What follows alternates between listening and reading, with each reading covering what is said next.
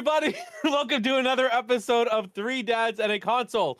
We know not every dad can stay up to date on the latest and greatest in video game news that you need to know about, so we are here to do it for you. And remember that this show is kid-friendly, so no earmuffs are needed.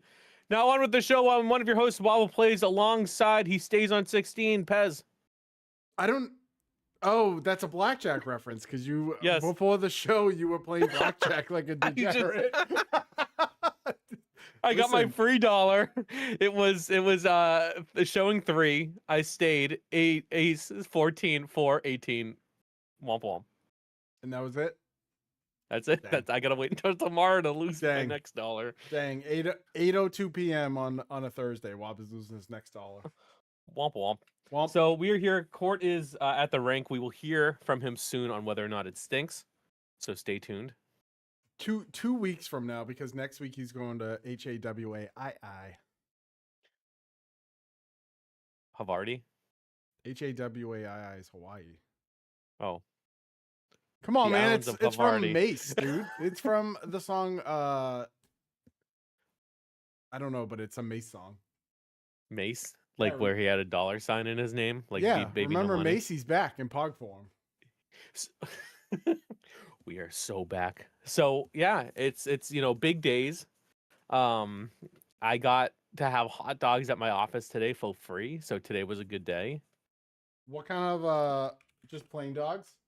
So yeah, and it was all beef, so shout out them for taking care of things. And it was for the Red Sox opening day, but so there was a how there's a crossover between our podcast and some that ladies might like, Sure.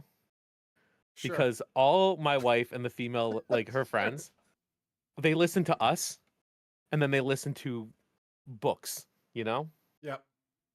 those books. So there was child friendly books. Exactly. So they had a night. They had a Fourth Wing night, which is a book about what you might expect plus dragons. Mm-hmm. I don't know all the details. I know some of the details, but that was one of our top crossover audiobooks. And it's apparently very spicy. They had a night where you could get like a signed book or something. It's really cool. I'm trying to find it. But then you could get like a bomber jacket with like one of the players on and the logo. Mm-hmm. On the back Fourth Wing, it's got like a patch on the. I got my wife got it for Christmas. Shout out to the big man, for getting her that. And oh, the other big man. yeah, You got it. So just know I'm familiar with this jacket. Hey, There was someone at my office walking around with that jacket. really? No, there was Now, not. is it a cool jacket? Yes. However, You loved it, didn't you? You were I like- know. Did you give? I like, know the- what they read. Okay. Okay. I you know what they like- read. Okay, when like you see somebody, let's say you are not home, you're not in the same state, you are like in Arizona, and you see a person wearing like a David Pasternak jersey, and you give them like the head nod, like I game Like respects the Wubby game. merch at PAX. Yeah. Game respects game. Did you Yeah. give him a head nod, a game respects game head nod, or So there was or someone you else who trying to goes- keep your degeneracy out of the workplace? So there's someone else that was like, "Oh, hey, that's great. I have that too." And I was like, "Oh yeah, I got that for my wife." Like, "Oh, were you there?" That and I'm like, "No, but I just know how it goes." I didn't want to get into it because like Incredible. there is no common conversation you can have about some of these books that our women read Incredible. in public. It's not like, "Oh, Don't let's say talk about this ours. fun." Mine It's doesn't not like read when we talk anything. about video games. Oh, okay, well, mine. It's not Mine like you can just doesn't- talk about video games and say, "Oh, I like this scene," because if I talk about that scene, Right. They're not, I'll they get in don't. trouble. Right. They won't No. understand. So yeah. But Uh, anyway, so good hot dogs though. Speaking of hot dogs, my wife and I went over this. Do Aye. you want to hear some of the new food that's at Fenway? Speaking of hot dogs and baseball, Stop. Oh my god. Let's hear how they're trying to distract the team or the fans. ladies from, and 8 gentlemen, in a row. your 3-9 Boston Red Sox. Should you pay about $500 for a bleacher seat ticket that you probably can't fit into? You can go. You can go to Fenway Park. Let's start at the beginning. You can go find yourself item number 1, lobster, literally spelled AH. lobster. AH. Yep, lobster poutine. Stop. Served in a souvenir lobster boat with clam chowder and bacon. Clam chowder instead of gravy is insane business, and anyone who eats that deserves the diarrhea that they're gonna receive after. That's tough. Oh yeah, that's tough. Someone in chat, I heard a guy went to the hospital after eating the lobster poutine. Yeah, obviously he's eating ballpark lobster poutine, dude. Like, of course you are. What are you- like, and you have to go into like the trough because so like now it's everybody's problem. There's a surf and turf dog, a Kobe beef hot dog with lobster bacon and chives. I don't know why I like how they throw the chives on it just to be like, "Ooh, look, it's upscale. We can." How much are these, by the way? I do not have prices, but I will try and find out as we go on through the show. This one actually sounds pretty good. A spicy Cabot grilled cheese, sharp cheddar with mango habanero salsa. Literally sounds good. Yeah, but that costs $24, I bet. Oh, definitely. They're like, oh, we took mango and habanero and scooped it out of a jar, and there you go. A loaded dog, a pitmaster, which is brisket pulled pork, Reuben and pizza dogs. Okay. Pizza dog? Yeah. Chicago in shambles. And then for sweets, a North End cannoli, a Nutella empanada, and cake in a can. That North End cannoli is from Market Basket. Yeah, it's definitely not like a Mike's pastry or a Maria's dog. It's just trash. No. It's just trash. I want to expand on these dogs I was just talking about. Okay. There's also a Boston dog. Well, but what do you think is on a Boston dog? Okay, so like, all right, two things. There's a non-zero chance that it has lobster because it sounds like they're leaning into that. But I would also say we've already covered the lobster dog. There's no lobster on this one. I would say beans. You are correct. That is horrifying. What else is on this thing? Baked beans and caramelized onions. So there are times where so I don't like beans, but like, you know, people will eat like my wife will make like just something quick like beans and hot dog. And I have to remind her, Classic. I'm like, we're doing okay. Baked, dude, you don't have to do. You know, you are like classic, like poor Irish 1960s South Boston family with 12 children when you're busting out the canned bread, the baked beans, and the hot dogs. The weenies and beans. And it's the best meal. Is diabolical. It's the best meal. You can tell I was raised like one of those poor people because baked beans and hot dogs absolutely slaps. Absolutely slaps. Dude, that thing is gonna like. There's a very special type of person that will like that, and they are going to go like they're gonna be like, oh my gosh, this is such a success, bro. That's gonna feel like home for people. If you come to the Jimmy Fund event, I'm having one, and we can film it. We can film me dying after. You can just third inning, just green. Dude, we're doing the 9 and 9 challenge. 9 hot dogs, 9 beers, and 9 innings. We're gonna have 3 innings of the Boston dog, which is baked beans and caramelized onions. We're doing 9 bathroom stops. We're doing 3 innings of the Reuben dog with Russian dressing, corned beef, and sauerkraut. And we're doing 3 innings of the Pitmaster dog, a barbecue pork and beef dog. We're going all in. And they're all going to be $30 Sam Adams while we're at it. Let's go. Dude, that is crazy. That is crazy, dude. Big beans. Dude, I wish I was in that meeting where they're like pitching stuff and like they're like, my God, he's done it. Oh, like what? How can we top the lobster dog? Oh, some guys like, oh, why don't we use baked beans? And they're like, hire this man. Like hot dog. Give this guy a raise. It's crazy how much they're like. It's crazy that they're selling things they probably didn't need themselves.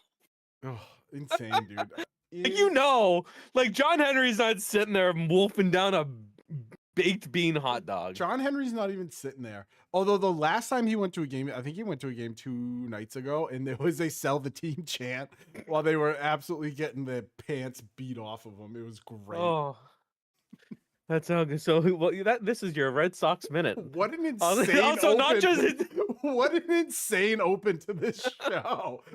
Hey, you want to talk about hot dogs for 12 minutes? Because we're gonna. What's our thumbnail? Is it the baked bean hot dog? No, but I might have to change it. It's me dumping on The Cube Save Us, which might be the worst name for a game I've ever heard in my life. The Cube Save Us. Yeah. I've never even heard of this. Well, it doesn't matter because it's shutting down in like a month. It launched 3 weeks ago, bro. It launched.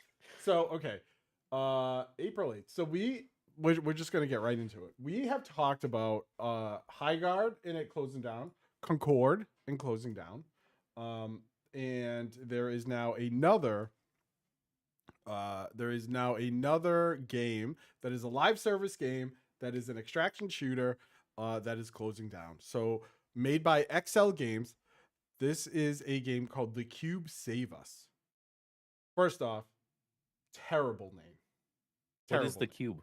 I don't know. It's The Cube, Save Us. Terrible. Does that make sense grammatically?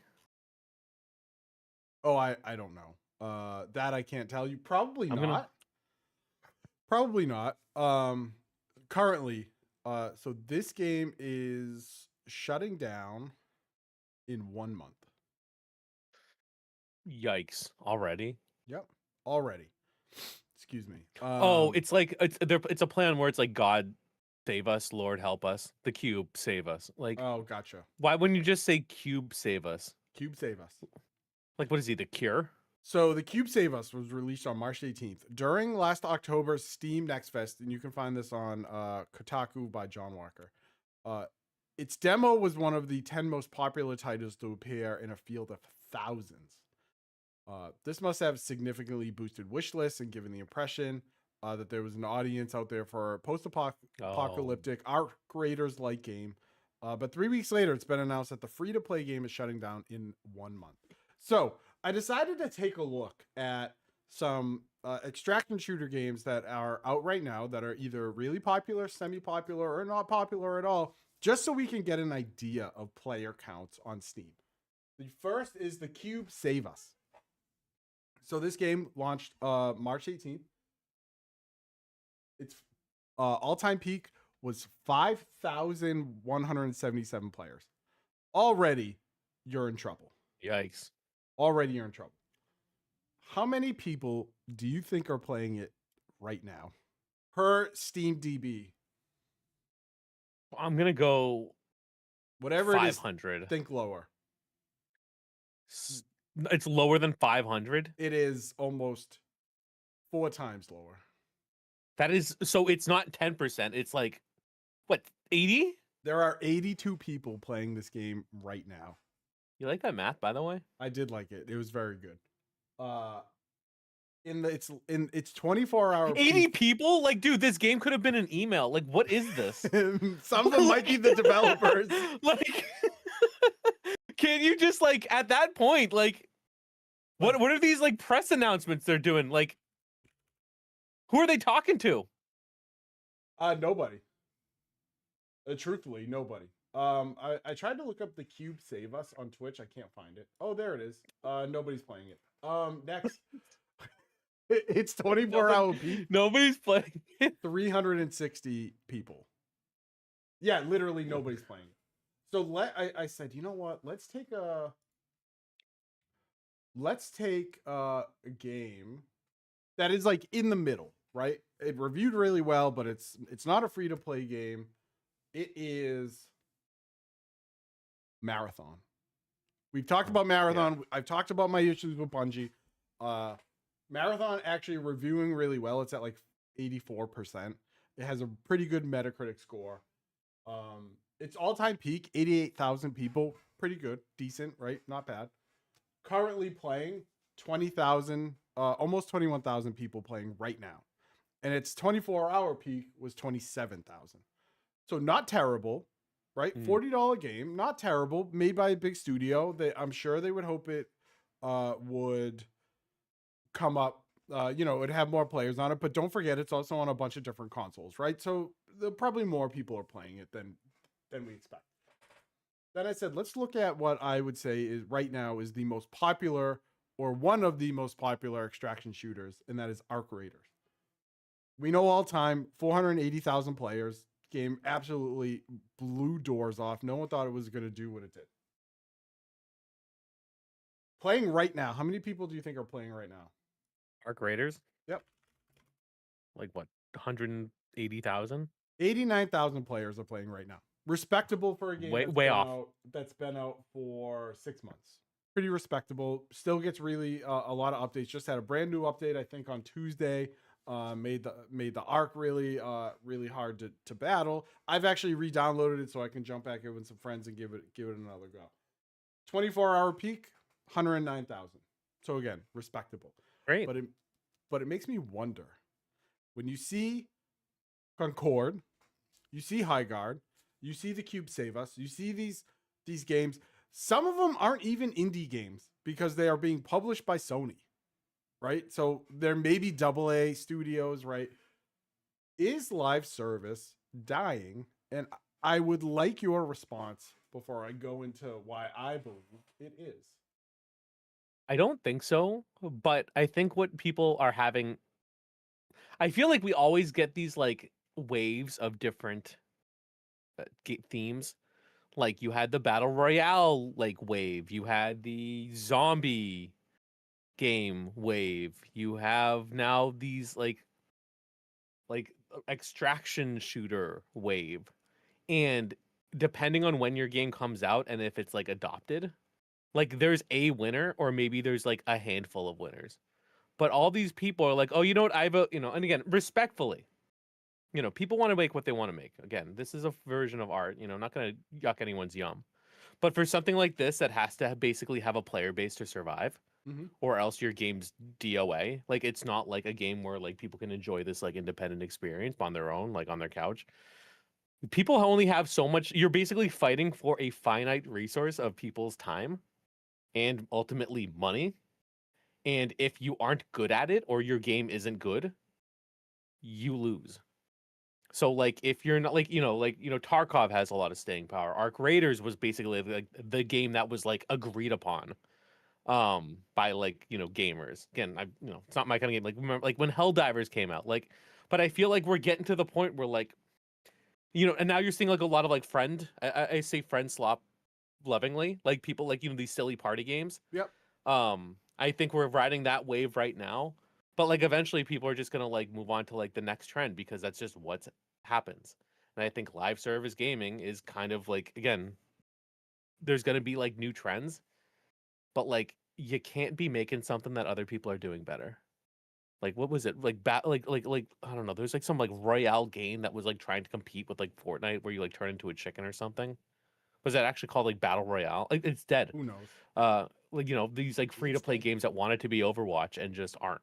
Right, and that was Highguard's problem, right? It was a game that it couldn't figure out what kind of game it was, so it just said, we're going to take the worst pieces of all these games and put them together. Yeah, I just think, people are just trying to like, they're like, I like playing this game, so I'm going to make this game, but you're trying to compete against something and you're not better at it. Like, that's, again, why, I'm very much enjoying a lot of these experiences I saw at PAX because they're doing something different, telling a different story. If you're just pew-pew, cool, your gameplay may not be as good. And even if it is, if you're coming out after, people are already they're already financially invested with the time and the money in the game they've already been playing. So I think live service as a whole is dying. And excuse me, there are a couple of reasons why I think that. Number one, costs are rising, not only to make games, but obviously as players, like our costs are rising. And if you are continually putting out DLC and you can't afford it, you get frustrated with that. I think as gamers get older, they're not able to put the time in that they, were able to maybe even 2, 3, 4 years ago. I mean, look at us, right? As parents, your daughter is 6, 7. So even like 4 years ago, right, when she's 2 or 3, you're like, yeah, I can put in an hour and a half while she's napping or doing whatever, right? Can't do that now with a 7-year-old. And no. The really, I think what I wanted to impress is even a game like Fortnite, which we thought was untouchable, is clearly touchable. in late 2025, Epic came out and said that Fortnite peaked around 9 million players. To begin or in early 2025, player counts have dropped to 1.3 to 2.8 million. That is a huge drop. And honestly, the catalyst behind Epic Games' big layoff that they had a couple weeks ago, where they laid off about 1,000 people. They came out and said, like, hey, Fortnite's engagement is going down. And honestly, Fortnite was like the gold standard when it came to these type of games. So if that is going to feel the effects, then all of these other indie games that don't get that essentially have to they don't get the marketing that obviously Fortnite gets. They don't get all the zany skins that Fortnite gets, and they have to compete with Arc Raiders, Escape from Tarkov, whatever else is out there for extraction, Marathon, whatever else is out there for extraction shooters. So it is becoming like a almost roguelite or roguelike category where you better hope your game does something different or it's dead. It's dead. It's dead. It's dead in the water. Like, it's not coming back because there are so many other different so many other of the same type of game that are already out and have already gotten these player bases that you can't come into the scene as a brand new live service and do the same thing a game already does that someone else is playing, because they're not going to jump in. And the other part of this coin is that live service takes so much of your time that you really have to dedicate yourself to one. If you want to like be good at Battlefield 6, you just have to play Battlefield 6. You can't play Battlefield 6 for a day and then go play Tarkov for a day and then go play Gray Zone Warfare for a day and then go play Monster Hunter for a day and then come back to Battlefield and be like, oh, why am I so bad at Battlefield? Because A, you're playing 4 different shooters that have 4 different time to kills, that have 4 different controls, that have 4 different types of loadouts, et cetera, et cetera. And there are other people that just play it all day. Or that's the only game they play. If they have 10 hours of gaming in a week, all they're going to play is Battlefield 6. So you either have to lock in and pick your live service game, and that's what I'm going to play, or you're just going to go, I'm not going to play any of them, or I'm just going to play one until it grabs me, and then you lose that player base anyway. So I think live service, again, it's kind of like what you said. We had the zombie rush, right?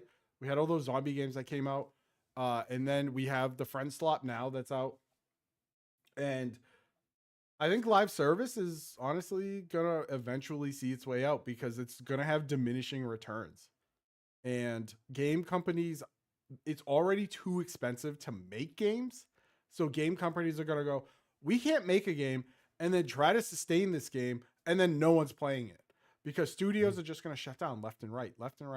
These studios are going to shut down, and then we're left with just like the mega corporation games, which is a shame because you want studios to diversify their portfolio, but they can't take a chance on a new IP. Again, Highguard, Concord, if you will. Like, these are new IPs and they were never given a shot and they were dead on arrival. And that could be, again, because no one wants these games, or that could be because, they're in a bloated field, or that could be whatever. But, oh man, like, we talk more and more about games shutting down within 8 weeks of launch than I feel like we ever have.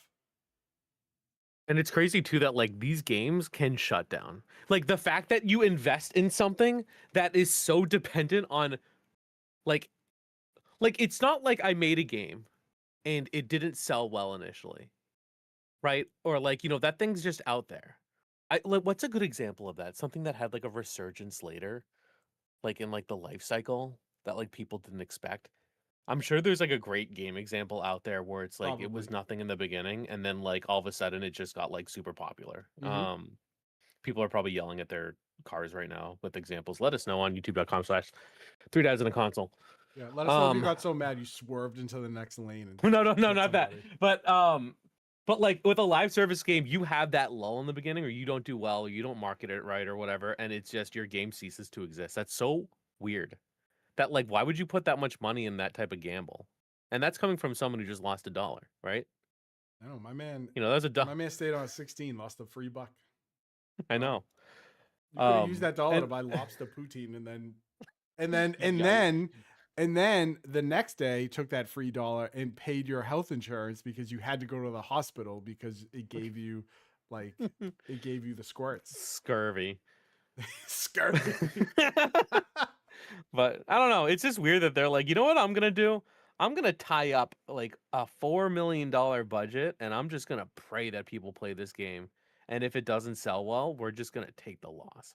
No, instead, like like I don't know. Well, I feel then like Assassin's Creed Black Flag might be a good example. I think it sold well in the beginning, but I think they got like really. I don't know. That's like one where I think it sold well even. I'm gonna ask online. One sec. Well, someone in chat said Counter-Strike Go did that, and then that died. But it's just like, yeah, man. And we see live service a lot now in games. Obviously, we see it in the sports arena. We talk about it all the time. People are probably like, you should stop talking about NHL. I'm sick of hearing about it because all we want to do is dump on it. You found one. Go. I found out, yeah. So Among Us released in 2018 and got big in 2020 with the streamers. Shout out COVID. And that also, I mean, that's a live service ish. Yep. No Man's Sky is probably the example that we should have figured out. No Man's Sky is a great example because I bought it on launch and I absolutely hated it. And Hello Games was like, hey, we have no idea what we're doing. We're a small, like 3-person French studio. Like, we will fix it. Don't worry. And now they literally just put out a new update today. Where, by the way, if you are interested in that game, they added like a battle arena Pokemon mechanic. Let's go. So now you can get pets and you can fight them with other users, which is cool. Other two I saw. So Cyberpunk is a really actually good example. Also a great one. Terrible launch, and then they turn it around. And then Destiny, I guess what this is mixed reception, but there are a lot of like really good expansions. So some actually 2 examples of live service and 2 not. So it's interesting to show like it does show that it is possible to ride out that wave, if your game is good or has like the bones to be good. But yeah, it's I don't know. It's just like Cyberpunk. Like you can just throw money at the problem. You can't just throw money at people not wanting to play your game. That's high guard. Right, and with I think obviously CD Projekt Red has the good grace of gamers because they've made all the Witcher series, right? Like all the Witcher games. So they're like, oh yeah, when it comes back out, like we'll give it a shot again. And XL Games doesn't have that. I want to pull them up because I want to see if they've made anything else, because it would be interesting. This game is a free-to-play game, by the way, and no one's playing. A game to be announced. Archage Chronicle. What? Oof. Archage. Sure. Archie This Age. This looks like Diet Witcher, and again, that doesn't necessarily mean it's bad. But what is you doing differently? Nothing. They're just like, you know what? I like playing this game. I'm gonna do again. I know, what do I know about this game? It doesn't exist yet. And just looking at the reviews, it's all of the Cube Save Us. It's just people going like, hey, this is like a super cash grab, or we don't understand the mechanics, or I don't know what I'm supposed to do. And it just sounds like High Guard all over again, right? Like you're just gonna take the worst parts of Tarkov and Destiny's Dark Zone and blah blah blah and paste it all together, and somehow you get lobster poutine, dude, at Fenway. Like you just get trash. You just get trash. Oh. Well, I'm glad we finally talked about our thumbnail, after talking about hot dogs. I mean, I'm changing it to hot dog. Like I'm changing our thumbnail to a picture of hot dogs. Hot dog save us. The lobster. I'm gonna do the lobster poutine boat dog grossness. Yikes. Can I tell you about a game that's actually really good? Yes. So Monster Hunter Stories 3 is very, very good. Um, let's start with this. Monster Hunter Stories 3 differs from Monster Hunter in many ways. Number one, it is a JRPG. Wobble Place could be right up your alley. It is turn I based. like that. Could be. There are no romance options, so you That's might what I be was out. gonna say. Can you romance? No, I'm out. Respectfully, Were you asking if you can romance the monsters? You weirdo. no. Okay, good. Um, Why would no? Obviously not. Party members. Come on. I mean, you do like Japanese TV shows, so who knows? You know, who knows? There's another thing about this game that you will like. Instead of bashing monsters, Monster Hunter Stories 3 is actually about monster preservation. That's my biggest complaint is How you just you like bopping that? these monsters that are existing. I mean, you know, don't be a 14-foot T-Rex with that beautiful tail that I can wear as a codpiece. Maybe just don't do it. I don't know. That's not on me. That's not on me. I want to be fashionable. It's society's problem, really, not mine. So Monster Hunter Stories 3, you can either pick the prince or the princess. I obviously pick the princess because I like to play as girls in my game because I think it's fun. I always style them if I can after Princess Zelda because I think that's even more fun because I'm a big stupid nerd. True. And I'm not far enough in the story to really dig into the meat of it yet. But there are already 3 things I really like about this. Number one, it is a much more mature tone than the first and second games. It's why I've always kind of fell off of the stories games, is because it feels very kiddish. This one does not. As you load in, you already have your Rathian, which is the flagship Monster Hunter monster. You have your Rathian, and your city, like your village, is going to war with another village. And there's like something that they call the Darth Dust or the Death Dust or whatever, and it's moving its way down from the mountains. You got to figure out why. And your mom, who's the queen, is considered a traitor, and she left, and you're not sure what she was doing. And then you get into really what is the best part about this game. It's the combat, and it's the egg collecting mechanic. So combat is you move throughout this large open world and you run into monsters that are just running around. Your monster, also called a monstie, your monstie, and then a battle partner in their monstie, then go into a Final Fantasy style turn-based fight. You do that. As you're also running around, you'll see that there are caves around. Some are regular, some are rare, some are super rare. You go in, you collect eggs, you bring them back to your barn, you hatch them, they can now be your monsties. But new to the series is a mechanic where you can actually release these monsties back into the wild to essentially upgrade the surrounding area. So you are like repopulating extinct or near extinct species to then be able to go back once you like repopulate them and you move them up from D class to S class. You know, you find better eggs with better stats, and it's that whole kind of like gotcha mechanic, but it doesn't cost you any money. And so far, I played about 10 hours. I bought it yesterday. I've already put about 10 hours into it because it is super engaging. It is a so far well-written story. The voice acting is great. Obviously, my voice acting is in Japanese, subtitles in English, because I am Thank God. a man of class and culture. That's right. Man of class None and of these culture. baka gaijin, you know? Subs, not dubs, baby. You know what I mean? And Friends don't let friends listen to their dialogue. and the combat is good. It's always been good in the series. It's pretty much the same since Monster Hunter Stories 1. And the egg collecting now is a lot better than it was in Monster Hunter Stories 2 because you're not weaving through this like mini labyrinth den. It's the egg patch is literally right in front of you. Your Palico friend will say like, you know, you'll pick up your egg and it'll say, hey, that's a pretty good, like that's a pretty stinky egg, which means it's going to be pretty good. He will also warn you that the monster is coming.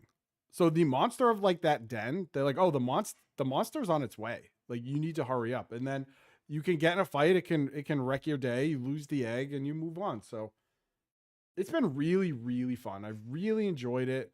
It runs decently on the Steam Deck. I've played it mostly on PC. It's on all consoles. The one thing I don't like is that it doesn't have multiplayer, because this seems like a game, because you have a battle partner. This seems like a game where it would be perfect for multiplayer. Who knows if Capcom ever adds it in? I doubt it, knowing Capcom, but I would say if you like JRPGs, if you want to ease into like Monster Hunter lore in the series and kind of take a different route from the original games, where the grind is jumping into a battle and covering pieces and trying to upgrade your armor and your weapons, this is the way to do it. There's a lot, from what I know, there's a lot of monsters represented.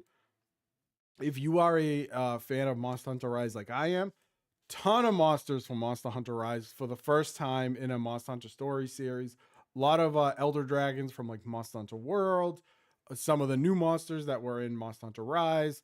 I mean, Monster Hunter Wilds, excuse me. So for it's $70, it's a classic like AAA game made by Capcom, but it's really, really good. And I mean, I looked on SteamDB, and I think they said there was like 6,000 people playing it right now, which isn't bad for a single player.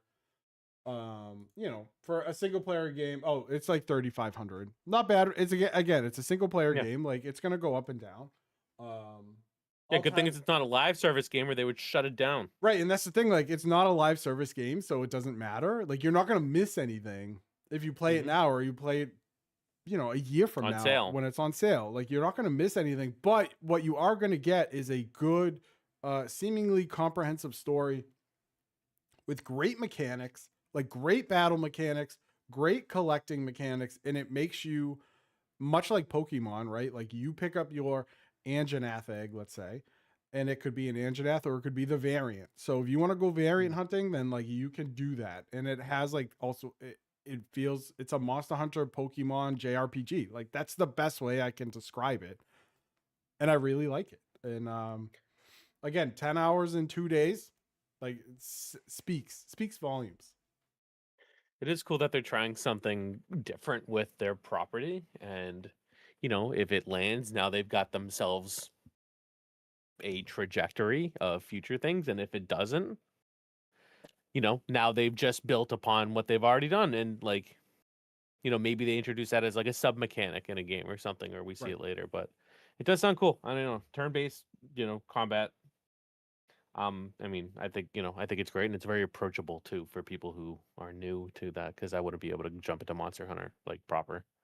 Yeah, and this is like obviously a much slower pace than that. The story, unlike like normal Monster Hunter, the story is much, much better, because mainline Monster Hunter stories are absolute trash. Yeah, I have no. The only thing I don't like about it is you have to buy. This is where Capcom is Capcom. You have to. There are other like your battle partners in your Palico, like you have to buy other unlockable suits for them, skins or whatever. Like you can't unlock them in the game. So that's lame. Like I'm looking at it right now, like I'm not gonna spend $8-9 just to unlock a DLC pack of outfits. Like stop it. What are you doing? I'm not doing that. Yeah. I'm not doing that. No. But hey. Sounds like that's been good. I started something on the Steam Deck. I started Fishbowl, which we got to check out at PAX. I'm not super far. I'm not farther than the demo was, or what I had played. But it's been really good on the Steam Deck so far. I prefer it over the controller actually for this, as I do many other titles. But something else we've been asked to review. So one of my friends reached out today and said, Waba, it was at 5:26 p.m. Your Pez review Hell Let Loose Vietnam for me. Thank you, baby.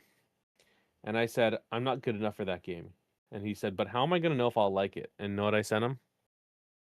A gif of a coin flip. You So I listen. think we need to take the time to you- review Hell Let Loose Vietnam right now without having played it, and it's not even released. Okay. All right. So Pez, tell me what you think. From our friend, he goes by Educated Drug Dealer on Twitch because he's a he's a pharmacist. I love him already. What's your impression of that game with your time with Hell Let Loose Vietnam? Okay. Well, welcome everybody. I've been playing a game called Hell Let Loose Vietnam. They're gonna be like, is, did these guys break embargo? it is, yes, dude. Hell Let Loose devs are gonna be like, what the hell? Let loose? Sorry, that was a dad joke. Waka waka. Yeah. It So is how do you like it? It is a military sim game that is set in, or mil sim if you're part of the community, that is set in Vietnam. You can play one of 4 roles, and really your objective is to obviously take down the other team. You do this across large maps where you need to work together with multiple people. Usually it's about 4 or 5 squads of 4. And you need to work with your teammates to make sure that you can meet the objective. What is the objective? You essentially are going to move left to right across the map, capturing points.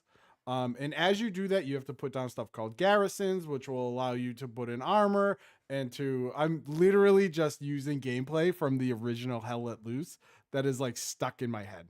Oh, okay. I'm like on the chat GPT trying to be like, how do I replicate Like, oh my god, this? Pez is crushing it. Does right he have now. it? Yeah, It's go not ahead. out yet. So if you do like Hell Let Loose and you want to check out Hell Let Loose Vietnam, you can also check out our friend the Young Beef on Twitch, who is a milsim streamer. He plays a lot of milsim games.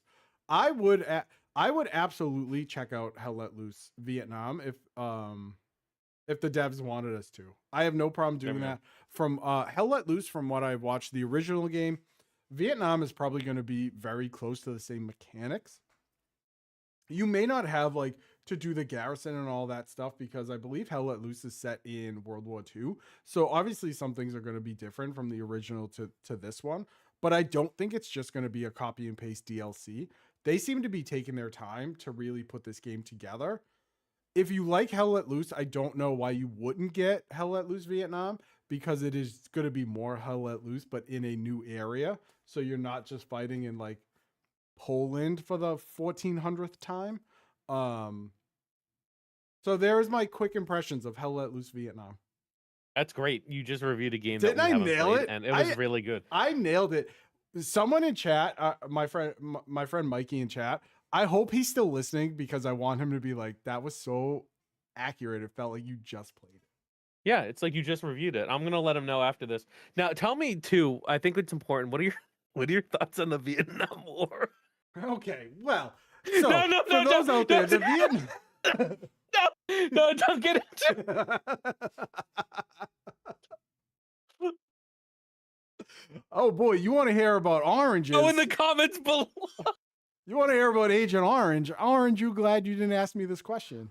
Oh my gosh. Stupid. Hi, welcome to Three Dads on a Console. Here, number one. Welcome to Three Dads and a on, War Crime. Let's on talk America's about military history.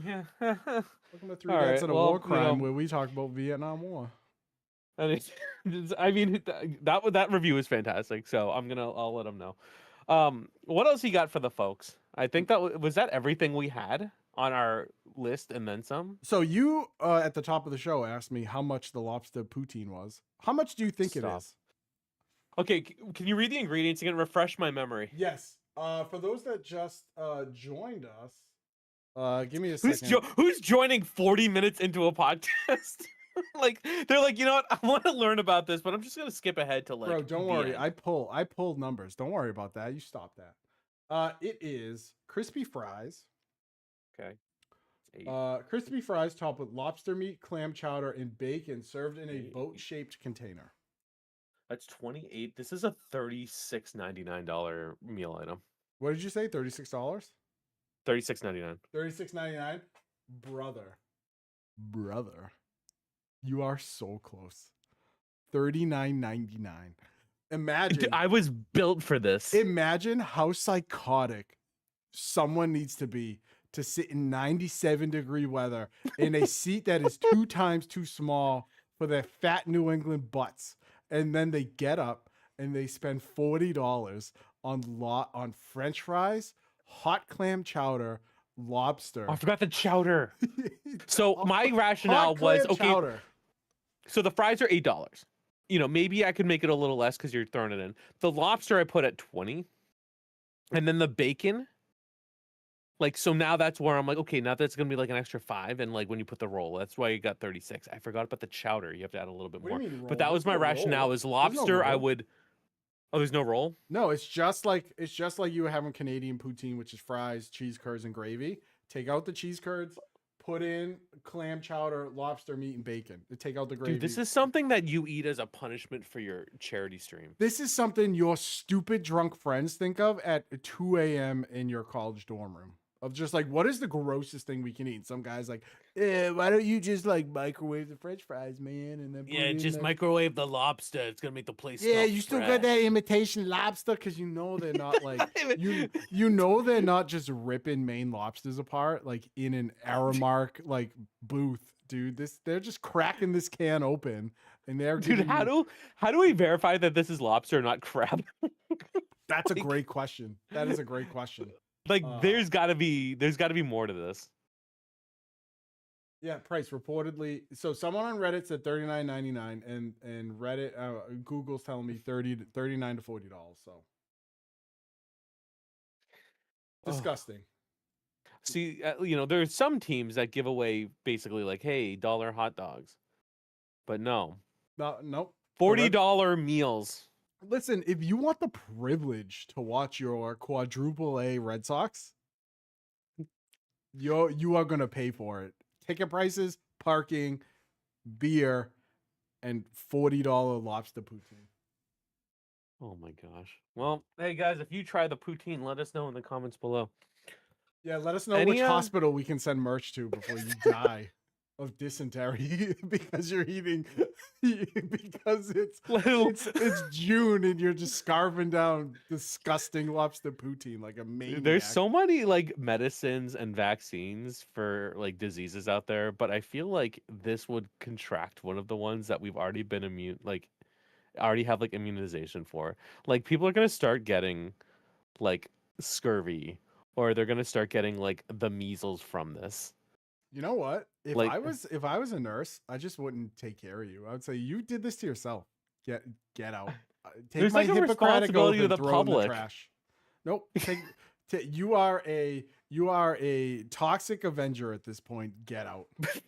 What I am looking forward to though is, you know how we get those trying clips it on May 7th. No, you know how we get clips where people like the ball comes to them and like the front row and they like throw their pizza. Yeah. You know, at some point there is going to be somebody with one of these, you know, hell spawn foods where they go for the ball and it just spills all over themselves or someone they're with, or like the person in front of them. Like imagine like you're eating like that like baked bean hot dog and like a ball comes to you and you just flail and the beans just go everywhere. Dude, I'm like dying section for it. like 207. Like we're gonna be getting I'm dying for it. like it's gonna be such a good clip. Too bad Jerry and Remy wasn't alive to see it because his reaction would be incredible. Very true. One of the greats. One of the best. I want to leave the people with this. Good people on Twitch, youtube.com/3dads-on-console. If you're listening in your car, maybe you're listening at home. Pull up YouTube, look up Tampa Bay man catches foul ball, because there is a man, a large man, a man larger than myself. He is quite a large man. He goes for a foul ball. He loses his pants. And inside Tampa Bay's dome, you get a full moon, maybe for the first time. It's magic. It's magic. One that's crazy is I was gonna bring the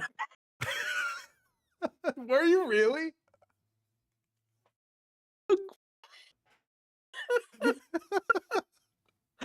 Like it blows my mind. Like I understand It's forgetting magic. your belt, but those pants have no like traction.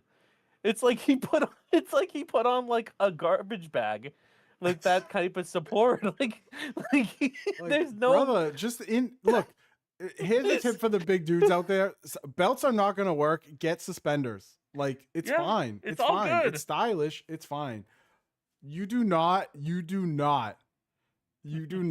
want to go for a foul ball and have your sweatpants down by your ankles, brother. You do not want that in 2026. Maybe 1970 because there's no real way for them to like record it and put it up on the internet. But in 2026, oof. And the best part about that clip, it just cuts off as the color commentator goes, "Oh." That's it. We've all got that pair of sweatpants where the the rope of the waist is gone because Yeah, it there's came no out in the rope. wash. There's no waist. Yeah, it happened. Like, don't wear those out. No. Those are home pants. Wear Yeah. those when you're on your couch. Yeah, those are your lazy All right. pants. Wear those when you're being Yeah. lazy, not when you're going out in public. If Don't you are wear 'em going to out the in public, ballpark. make sure you have underwear on. This is a clutch part of not making sure that you are flashing cheeks, that you're getting all cheeked up at a baseball game. I feel so bad, but like like It's so funny. it makes no sense that the fabric just It's so funny. like he's like did he Oh, like it's so put funny. Crisco on before he went to the game? Like, It's so funny. why is he so slippery? Why is he just ejecting out of his I don't trousers? know. I also love that you were gonna bring it up. This guy's britches just got no traction on his body. You know, Oh, some yeah. say it would be tragic. It's not tragic. It's magic. I love it. I loved every second of it. feel so bad. I've watched it about 10 times and I laugh every time. If you're in a It's bad mood, wild. look up the guy from the Tampa Bay game last night, April 7th, 2026, that caught the foul ball. Moon's Oh, my over. gosh. A literal moon's over my hammy at this point. if you wear suspenders with your 30-year-old sweatpants, make sure to visit us at youtube.com/3dads on a console. What a We do have sentence. if we do have a lot of videos that are going to be coming out. So look forward to them from PAX. We also are going to have, I want to do some write-ups at 3dadsconsole.com of some of my impressions of some of what you did as well. So yeah, again, I know PAX is a few weeks out, but it was I mean, it was good. It was a lot of, I mean, we played so much good stuff, so I'm excited for folks to be able to see more of what we did. Also, Pez, your Twitch channel, a lot of folks there. Thank you guys for stopping in. He co-streams on twitch.tv/Pizel56x, and we had the fellas there tonight. So we had a good time. Shouts out you guys. We had a good time. And that's all we got. Until next week, where it's just you and I again. So, good luck to all the listeners. You're in for it. A double feature of the Rails. We're off them. Oh, you know that's right. All right. Bye, Felicia. Bye. Love you. Bye.